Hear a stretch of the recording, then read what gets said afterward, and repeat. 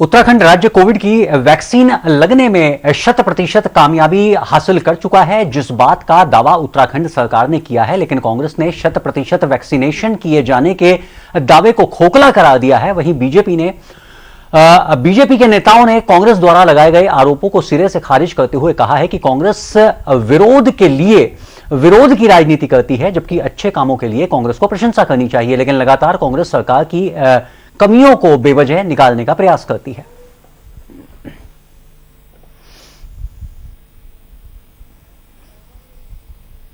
कोई भी वैक्सीन वर्षों बाद हमारे देश को मिलती थी, जब पूरे दुनिया में सभी विकसित देशों का जब काम पूरा हो जाता था, उसके बाद हमारे देश को वो वैक्सीन मिलती थी। लेकिन मोदी जी ने प्रोएक्टिव होकर जिस प्रकार से समय से पहले काम किया है और अपने देश में स्वदेशी वैक्सीन डेवलप कराई, हमारे देश के वैज्ञानिकों का और जो हमारे स्वास्थ्य कर्मी हैं और जो हमारा पूरा स्वास्थ्य मंत्रालय है, उन सब का प्रधानमंत्री मोदी जी के नेतृत्व में बहुत बड़ा प्रयास सफल हुआ है कि उन्होंने वैक्सीन को अपने देश में तैयार कराया, उपलब्ध कराया और 100 करोड़ लोगों तक वैक्सीन लगवा दी।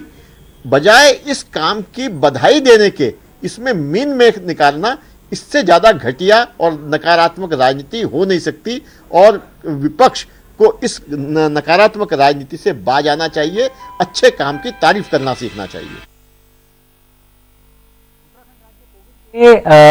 टीकाकरण करने में 100% टीकाकरण कराने वाला राज्य बन गया है। वहीं पूरे देश भर में 100 करोड़ से अधिक लोगों को कोविड-19 की वैक्सीन लग चुकी है, जिसके बाद तमाम राजनीतिक दल अपनी प्रक्रिया देते हुए नजर आ रहे हैं। जहां कांग्रेस के नेता इसे स्वास्थ्य विभाग की उपलब्धि करार दे रहे हैं और 100% टीकाकरण होने के दावे को खोखला करार दे रहे हैं। कांग्रेस का कहना है कि प्रदेश में 100% टीकाकरण नहीं हुआ है, लेकिन सरकार कागजी आंकड़ों के मुताबिक प्रदेश को 100% टीकाकरण करने का दावा कर रही है, जबकि अभी भी प्रदेश में ऐसे लोग हैं जिनको पहली डोज भी नसीब नहीं हुई है।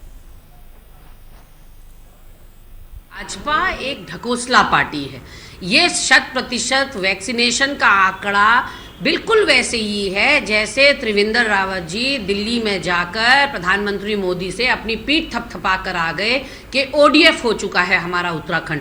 मैं जरा त्रिवेंद्र रावत जी से कहना चाहती हूँ कि असली तस्वीर देखनी है कि उत्तराखंड कितना ओडीएफ हो गया, तो जरा विधानसभा के पीछे चले जाइए सुबह 5 बजे, आपको पता चल जाएगा कि हमारा प्रदेश कितना ओडीएफ हो गया। वैसे ही अब कोरोना वैक्सीन को लेकर जो अपनी पीठ थपथपा रही है, ये राज्य सरकार हो चाहे केंद्र सरकार हो, ये स्वास्थ्य का मसला है, ये देश के स्वास्थ्य से जुड़ी हुई बात है और इसमें स्वास्थ्य विभाग ने अगर अच्छा काम किया है तो निश्चित तौर पर उसकी तारीफ होनी चाहिए। और आज जिस तरह से लोगों का झुकाव हो रहा है वैक्सीनेशन की तरफ, वो भी स्वागत योग्य है, लेकिन कम से कम जनता को झूठ तो मत परोसिए।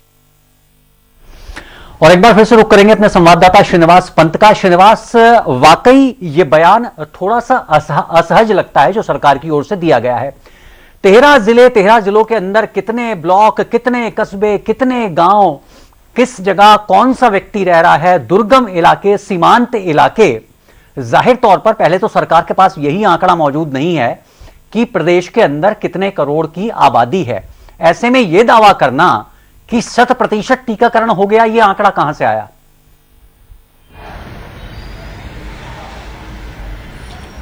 बिल्कुल, देखिए अनुज, ये अपने आप में यक्ष प्रश्न है। क्या 100% टीकाकरण अभियान में कामयाबी उत्तराखंड को मिल पाई है? ये अपने आप में सबसे बड़ा चैलेंजिंग है, क्योंकि जब हम जनगणना की बात करते हैं तो अभी भी हम पुराने ढर्रे पर चलते हैं।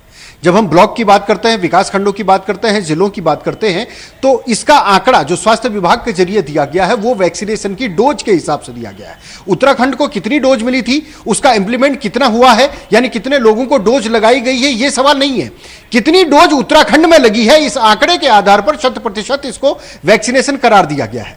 मसला एक्चुअल में वहां पर आ जाता है। हालांकि यह बात सच है कि काफी हद तक वैक्सीनेशन का काम पहली डोज का पूरा हो चुका है, क्योंकि हम जहां भी जाते हैं, आसपास जाते हैं, जिससे भी बात करते हैं, तो आदमी यही कहता है या लोग यही कहते हैं कि हमें पहली डोज लग चुकी है, दूसरी डोज लगने में अभी समय है। लेकिन उसके इतर भी अभी जैसा आपने कहा कि दुर्गम है, अति दुर्गम है, कई दूरस्थ इलाके हैं, कहीं पर अभी भी डोज की आवश्यकता है, कई लोग उन्हें जानबूझ के लगाई भी नहीं है, कुछ लोग ऐसे भी हैं आज भी जिन्होंने नहीं लगाई है।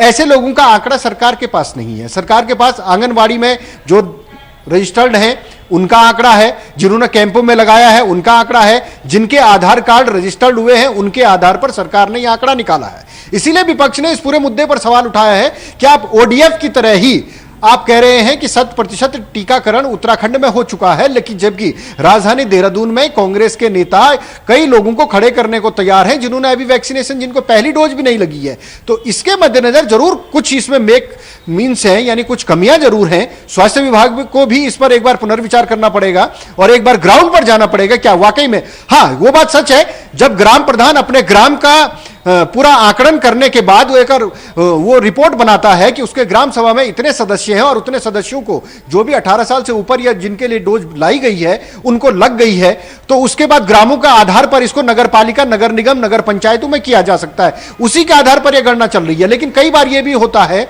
कि जिस प्रकार से जहां कैंप चल रहा है आदमी रजिस्ट्रेशन करा देता है लेकिन वो डोज लगाने के लिए नहीं जाता है। कई बार स्वास्थ्य कर्मियों के हिसाब से डोज खराब हो जाती है, जो इंजेक्शन है वो खराब हो जाता है, लेकिन उसकी काउंटिंग भी उसी में आ जाती है कि जितनी डोज भेजी गई थी सेंटर पर, उसी के आंकड़े के हिसाब से सरकार ने कहा है। लेकिन काफी हद तक अभी ये मान के चलिए कुछ फीसदी लोग अभी भी छूटे हुए होंगे, जिसको सरकार भी चाहेगी कि तत्काल प्रभाव से उनको लाइन में खड़ा किया जाए, उनको डोज दी जाए, यानी कोविड वैक्सीनेशन में उनको भी इंगित किया जाए, तब जाकर के असल कामयाबी मिल पाएगी।